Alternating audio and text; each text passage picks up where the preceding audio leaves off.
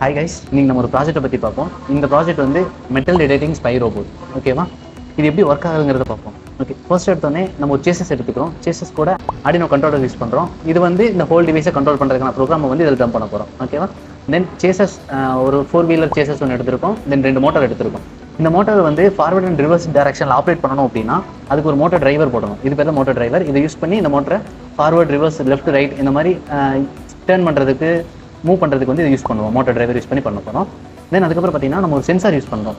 Metal detect பண்ணுறதுக்கு ஒரு sensor இருக்குது. இது வந்து ப்ராக்சிமிட்டி சென்சார். இதை யூஸ் பண்ணி மெட்டலை வந்து டிடெக்ட் பண்ண முடியும். ஓகேவா? ஒன்ஸ் இது மெட்டல் டிடெக்ட் ஆச்சு அப்படின்னா இந்த ரோபோட் வந்து ஆட்டோமேட்டிக்காக ஆஃப் ஆகிட்டு இன்டிமேட்டட் மெசேஜ் வந்து ஹெட் குவார்ட்டர்ஸ்க்கு அனுப்புகிற மாதிரி நம்ம செட் பண்ணியிருக்கோம். ஓகேவா? இப்போ வந்து மோட்டார் மூவிங்கில் இருக்குது, ரோபோட் மூவிங்கில் இருக்குது, மூவ் ஆகி போயிட்டே இருக்குது. இந்த ப்ராக்சிமிட்டி சென்டரில் வந்து ஒரு மெட்டல் டிடெக்ட் ஆகுது.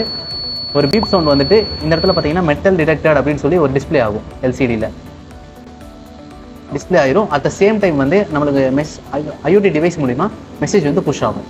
ஓகேங்களா?